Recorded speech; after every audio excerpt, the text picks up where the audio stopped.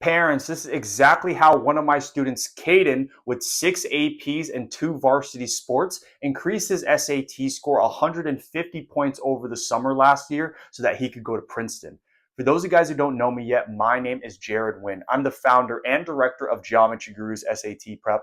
And at this point in my career, I've helped hundreds of students increase their SAT scores so that they can go to their dream colleges or qualify for scholarships. With that being said, let's get straight into it. Kadin started with a 1,300 SAT score last summer, and when he first met me, he was telling me, Jared, I think this is the highest that I can go. He took the test 3 times up until this point, and nothing that he was doing was actually working. He was trying Khan Academy, he was doing test prep books, he was doing the blue book, trying to figure out what his weaknesses were, but his score was kind of hovering within that 1,300 to that low 1,300s to high 1,200 range. And he was just like, what gives? I'm doing all this work, but nothing is really working for me.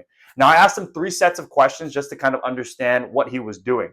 Number 1, were you able to figure out not just what you're making mistakes on, but why are you making the mistakes? He said no. I asked him, hey, were you able to target anything specifically, or were you just doing a bunch of, going front to back on the entire workbook? He said he was going front to back on the entire workbook. He was going through all the way through Khan Academy.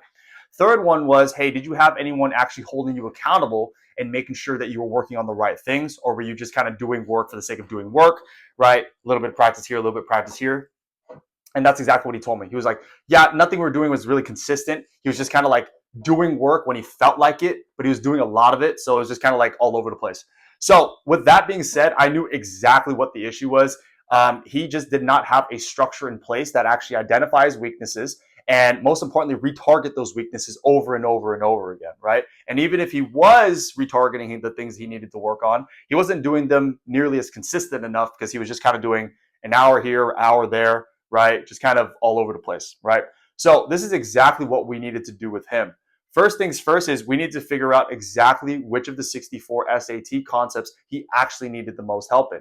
Not just like, hey, what did he get wrong, but why is he actually getting those things wrong? He was like, hey, I'm not sure why I'm still getting these things wrong. I understand all the concepts. The issue was he did not know how to do these problems in a short amount of time, right? So he thought he needed to practice for a concept issue, but in reality, he needed to study for a strategy issue. So what we had to do is figure out, hey, which of the 64 concepts are you actually spending way too much time on?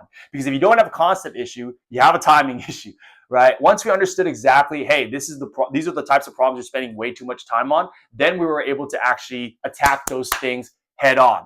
For example, he thought that he didn't need to work on geometry and trigonometry because he was getting those problems correct on the exam.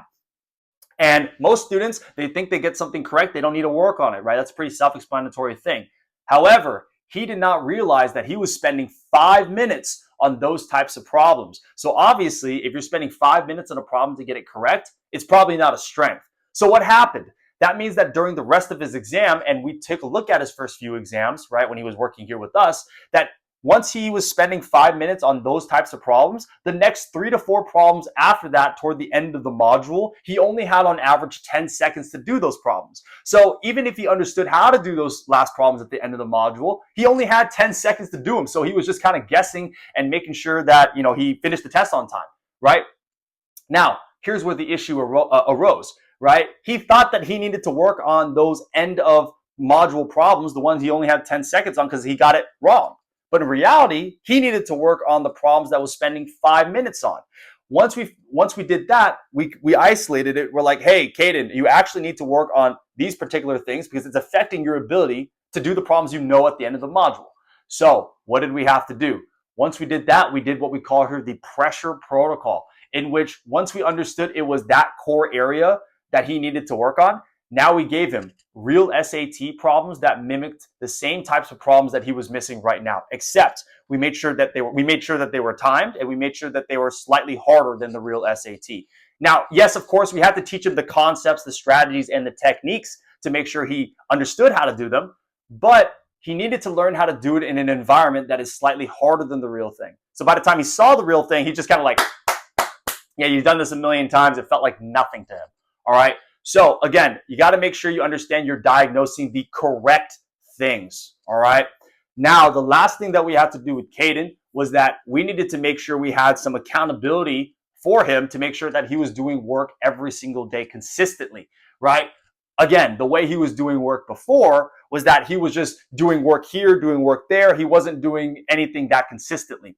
So what we did is we taught him how to time block, as in every single day that you do, like in between school and your AP homework and your two varsity sports that you were in, where can we fit that SAT block, right? So we figured out from 4 o'clock to 5 o'clock Eastern Standard Time for him, that is when he was going to be doing his SAT work. So that is when we made sure that he was doing 40 problems a day, 5 days a week in that specific block every single day. Now, families, if you do work every single day in a targeted environment and made sure that you're actually working on the correct things 5 days a week, it's going to be hard not to improve like that. And for him, it was kind of like a game, right? He was like, okay, yeah, how many problems can I do in this 1 hour block? Okay, so even though we assigned him 40 problems to do a day, sometimes we would get to like that 50 or 60 problems a day. So the reason why he was able to increase his score so many points in that short amount of time frame is because, yes, we had to diagnose what was the real constraint for him, and we had to attack that constraint over and over and over again, right, in an environment that is slightly harder than the real thing, 5 days a week, consistently. Now, he took his test right at the end of the summer, and he was able to get a 1450. Kadin, for him, right, because he was a varsity athlete, right, he was already getting scouted by people, right? So all he needed was that 1450. But it doesn't matter if you're at a 1300 trying to get to a 1450 or a 1350 trying to get to a 1500. The method is still exactly the same. All right. So families, that's all for today's video, right? If you guys need help applying this to your teen's unique situation over the summer, send me an email or send me a DM. I'd be more than happy to help you guys out. No obligations. All right. Until then, have a great rest of your day, and I'll see you guys in the next video.